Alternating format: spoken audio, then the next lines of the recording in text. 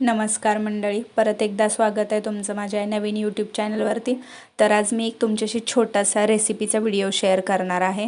तर इथे तुम्ही बघू शकता, मी गॅसवरती पाणी उकळायला ठेवलेलं आणि त्याच्यानंतर त्याच्यामध्ये थोडेसे खडे मसाले टाकले। जसं की तुम्ही बघू शकता इथे दालचिनी, तमालपत्र, वेलदोडे असे जे काही तुमच्याकडे खडे मसाले असतील ते त्या पाण्यामध्ये टाकून घ्यायचे आणि त्याच्यामध्ये थोडंसं लिंबू पिळून घ्यायचं आणि त्याच्यानंतर हे पाणी छान असं उकळी येऊ द्यायचं आणि तोपर्यंत तुमच्याकडे जे पण कोणते व्हेजिटेबल्स असतील जे तुम्हाला आवडत असतील ते कट करून घ्यायचे आणि थोडंसं परत पाण्यामध्ये जे चवीनुसार तुम्हाला जसं मीठ वगैरे पाहिजे तसं आधीच टाकून घ्यायचं, म्हणजे ते पाणी उकळेपर्यंत ते चांगलं त्याच्यामध्ये सगळं मिक्स होऊन जाईल। आणि आधीच तांदूळ पण इथे भिजवून घेतलेले आणि त्या उकळी आलेल्या पाण्यामध्ये मग ते तांदूळ टाकून घ्यायचे, म्हणजे जोपर्यंत आपण ते व्हेजिटेबल्सची इकडे ग्रेव्ही किंवा जे आपल्याला लेअर लावायसाठी ज्या पद्धतीने आपण ते ग्रेव्ही बनवतो तोपर्यंत ते तांदूळ चांगले शिजून येतील।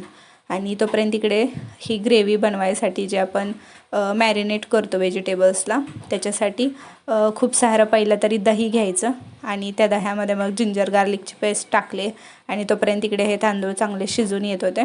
आणि त्या जिंजर गार्लिक पेस्ट नंतर थोडीशी मिरची पण बारीक करून टाकायची। लाल तिखट तर आपण टाकणारच आहोत, पण तरीही मिरची असले की अजून थोडीशी चांगली चव येते, म्हणून थोडेसे 2-4 मिरच्या पण बारीक करून घ्यायच्या। आणि त्याच्यानंतर हळद टाकली आहे इथे, लाल तिखट चवीनुसार जेवढं तिखट तुम्हाला आवडतं तसं। आणि तोपर्यंत इकडे हे तांदूळ शिजत येतील। त्याच्यानंतर धने जिरे पावडर, परत बिर्याणी मसाला, जे पण कोणते मसाले तुम्हाला आवडत असतील तिखट तुमच्या चवीनुसार, जर तिखट तुम्हाला जास्त आवडत असेल तर जास्त मसाले, तुम्हाला एवढं आवडत नसेल तर कमी, जसे तुम्हाला आवडेल तसे ते मसाले तुम्ही त्याच्यामध्ये मिक्स करू शकता। आणि त्याच्यानंतर सगळ्यात लास्टला चवीनुसार मीठ टाकताना लक्षात ठेवायचं की आधी आपण पाण्यामध्ये पण मीठ टाकलेलं आणि ह्याच्यामध्ये पण मीठ टाकतोय, सो त्याच्यानुसार टाकायचं। आणि मग ह्याच्या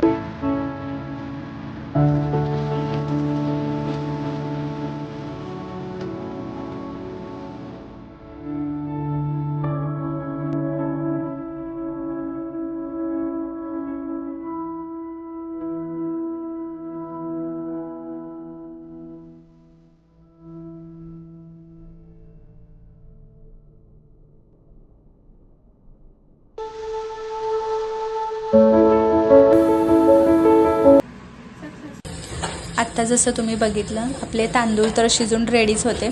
आता त्याच्यानंतर आपल्याला ते तांदूळ आणि आपण जो दह्याचा मसाला बनवलेला आणि खूप सारे व्हेजिटेबल्स जे आपण काही कट करून घेतलेले ते दही आणि हे व्हेजिटेबल्स ह्या दोन्हींची मिळून एक ग्रेव्ही बनवायची होती।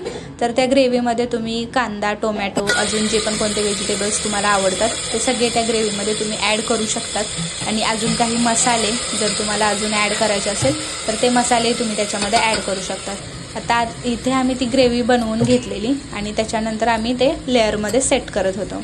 तर त्या लेअरमध्ये सेट करायला तुम्ही कोणतंही भांडं घेतलं तरी चालेल, पण कुकर घेतला तर अजून चांगलं असेल, कारण की कुकरचं झाकण आपण घट्ट बंद करून नंतर अजून त्याला 10 ते 15 मिनटं आपण चांगलं शिजवून घेऊ शकतो।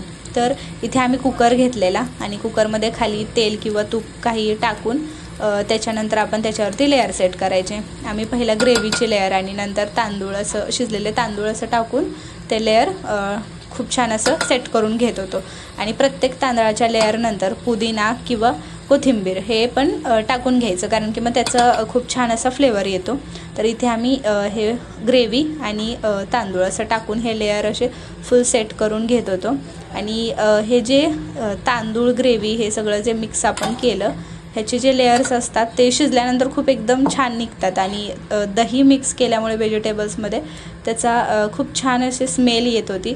आणि ह्याच्यामध्ये एकसोबत दही, कोथिंबीर, लिंबू हे सगळं एकसोबत असल्यामुळे आणि पुदिना पण होता, ह्याच्यामुळे खूप छान टेस्ट येत होती आणि ह्याची स्मेल पण खूप छान येत होती शिजून झाल्यानंतरची। आणि ह्याची टेस्ट पण एकदम छान, एकदम ऑथेंटिक अशी होती। तुम्ही हे नक्कीच घरी ट्राय करून बघा आणि कसं झालं हे कमेंट सेक्शनमध्ये नक्की कळवा।